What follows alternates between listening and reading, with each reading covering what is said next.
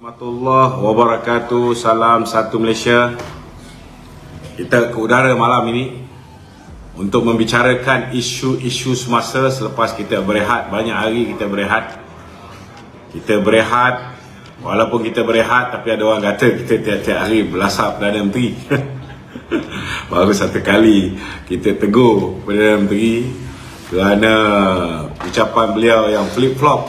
Hari ini tiba-tiba kita lihat orang yang sebelum ini bukan main lagi backup Datuk Seri Najib, lepas tu balon Mak Hassan, lepas tu backup balik Datuk Seri Najib. Sekarang sudah bertukar 180 darjah, backup pula Datuk Seri Ismail Sabri. Saya rasa Raja Petra ni, saya pun tak tahu apa-apa kolam dia nak main. Sekejap belah Bersatu, sekejap belah PAS, sekejap belah UMNO, sekejap belah UMNO yang geng Muhyiddin, sekejap yang belah Najib. Yang mana satu pendirian dia, kita tak tahu. Tapi hari ni dia kata saya makan gaji dengan penerangan UMNO. Seronok juga Dia lupa ketua penerangan UMNO tu hari ni makan gaji dengan Datuk Seri Ismail Sabri. Makan gaji sebagai pengarah ekonomi Perdana Menteri. Maknanya saya makan gaji dengan Perdana Menteri lah. So, saya nasihat pada kawan-kawan, manusia macam Raja Petra ni, daripada dalam PKR dulu, semasa dia menulis Suara Keadilan, Suara Keadilan, dia tulis, ialah kadang-kadang dia dapat maklumat daripada sumber dalaman, yang itu kita tak nafikan, tetapi kadang-kadang manusia macam Raja Petra ni, dia punya kawan baik cuma duit je, kawan baik dia cuma duit. Dan bila dia dapat duit, dia dibayar untuk mempertahankan atau menyerang seseorang. Dia tak pernah kira kita ni kawan dia ke, sahabat dia ke. Dia tak peduli benda ni, dia main balon saja. Jadi saya malah nak cerita panjang pasal Raja Petra ni. Kita kenal dia lama, tak apalah. Mungkin keadaan dia susah, berada dekat luar negara, berada di Manchester, hidup bersama dengan isteri kesayangan. Mungkin bisnes pun tak berapa bagus, mungkin dengan membuat kerja-kerja daripada pelbagai kolam ini, dia boleh menambah pendapatan dia. Tak apalah, rezeki dia. Kita tak payah bazir masa. Saya rasa saya mempertahankan Perdana Menteri semenjak beliau bersetuju dengan kehendak parti. Dengan kenyataan yang beliau keluarkan, bersetuju dengan semua kehendak parti, kehendak perwakilan UMNO pada Pimpinan Agung UMNO 2021. Kita pertahankan beliau. Benda baik yang dia buat, dia bagi KWSP, dia buat macam-macam strategi untuk menangani masalah harga barang dan sebagainya. Yang mana positif, kita kata positif. Dia cerita dia bagi kelonggaran kepada orang yang tidak ada 2 dos vaksinasi. Benda yang bagus yang dia buat. Tidak ada lagi paksaan terhadap vaksinasi. Apa yang dilakukan untuk membatalkan akta pindahan akta 342, benda baik dia buat, semua kita sokong. Tapi bila bab dia tidak berpegang kepada janji dia, mula-mula dia cakap dengan kita, bila kita dah bagi dia menjadi poster boy, dia bersetuju untuk membuat pembubaran segera. Walaupun saya memang terus terang saya cakap lah, saya tak percaya, minta maaf.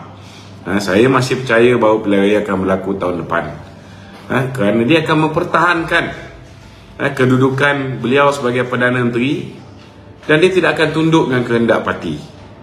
Tetapi beliau mengatakan bahawa beliau akan membubarkan Parlimen, beliau tidak akan menangguhkan walau sesaat sekalipun. Bila mula-mula dia kata bila bila dah bersedia, kita yakin kita boleh menang.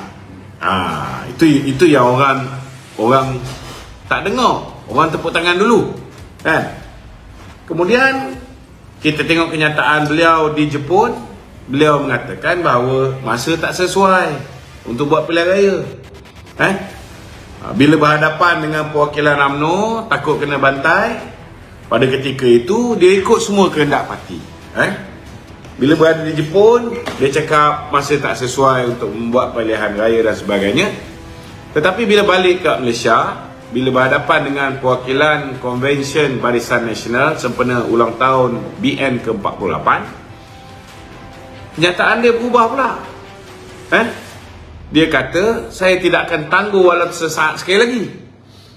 Bila kita merasakan kita sudah bersedia.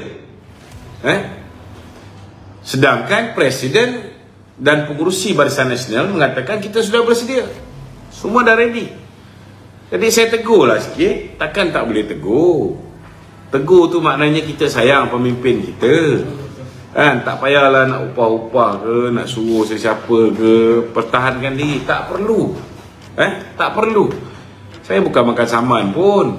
Apa tak lagi hantar orang yang melalak daripada luar negara.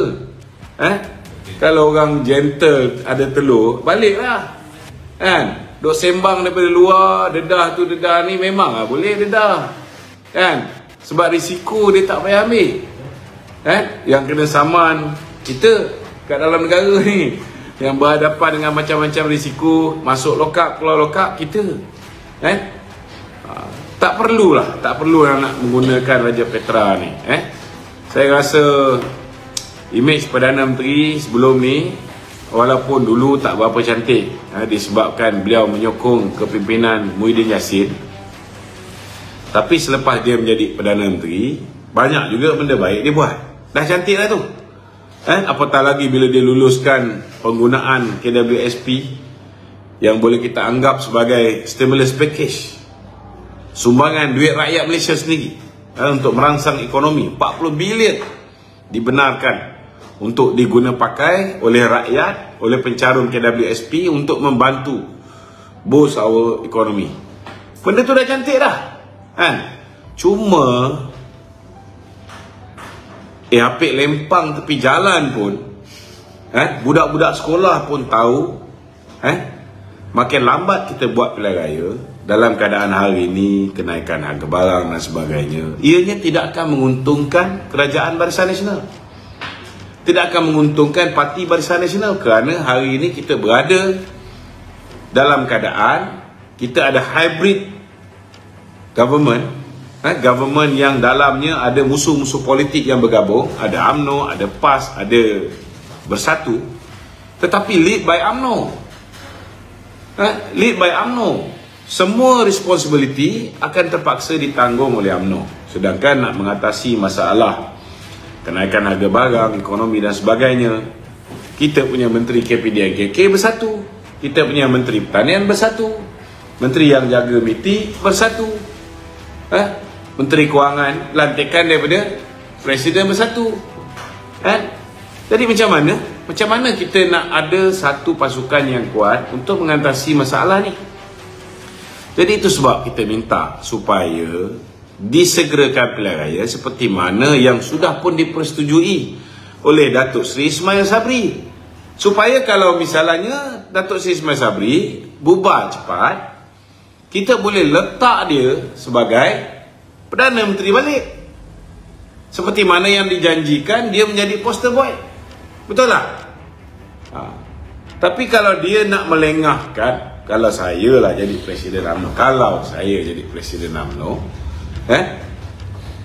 kita boleh terima lah kalau katalah dia risau, takut kalau bubar sebelum 31 bulan Julai, walaupun perjanjian persefahaman ini bukan agreement tau, it's a mutual understanding, memorandum of understanding signed between the government and the opposition. Kalau katalah dia takut ada implikasi undang-undang, so bubarkan sebelum selepas 31 Julai. Tapi janganlah lebih daripada 31 Ogos. Betul tak? Takkan nak tunggu selepas bulan 10 keadaan ekonomi makin parah barulah nak bubarkan parlimen. Bagi saya, kalau saya Perdana Menteri, kalau saya Presiden UMNO, parti dan Presiden UMNO sendiri sudah berkorban. Kerusi poster boy ni sepatutnya Presiden parti. Dia korbankan hak dia bagi Kak Ismail Sabri untuk jadi poster boy. Kalau Ismail Sabri tak boleh nak tunaikan janji nak bubar segera supaya keputusan yang diperolehi oleh BN lebih baik daripada keadaan menjadi semakin parah, keputusan akan lebih buruk, maka kalau saya lah jadi Presiden UMNO, saya akan bagi time frame.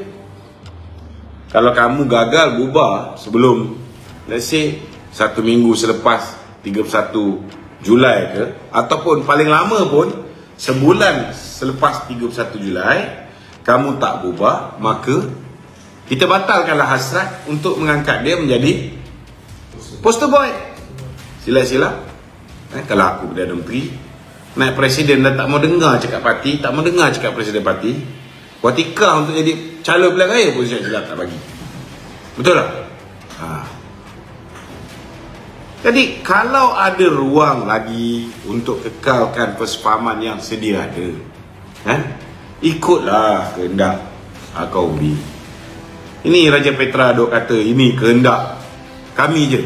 Apa faedah yang ada pada kita? Apa faedah yang ada pada kita? Saya nak takut apa? Setakat ni kes mahkamah saya maksimum yang saya berhadapan penjara 1 bulan tu lah. Worst case scenario, aku masuk penjara 1 bulan. That's it. Masih boleh bertanding pilihan raya. Apa nak takut? Duduk penjara 1 bulan. Kita dah duduk penjara ni, lock up ni dah 11 kali. ISA pun 2 kali. Kali pertama 2 tahun 2 bulan. Kali kedua 2 tahun 2 bulan. Tak beritahu dengan Raja Petra ni. Dia berapa hari je duduk ISA? Dia duduk ISA berapa hari saja? Tu pun masuk disebabkan tak nak dia tak nak makan makanan dalam ISA. Dia nak makan western saja. Itu bukan tak tahu. Gunakan Sultan Selangor semua, minta tolong dia. Last kali dia bebas dengan habeas corpus. Dia tak masuk pun kat Kemuntik. So kalau setakat sebulan ni tak ada apa kita nak risau. Yang risau mungkin yang Dato' Zahid mungkin risau dia ada berapa banyak pertuduhan. Dato' Najib mungkin risau. Normal lah.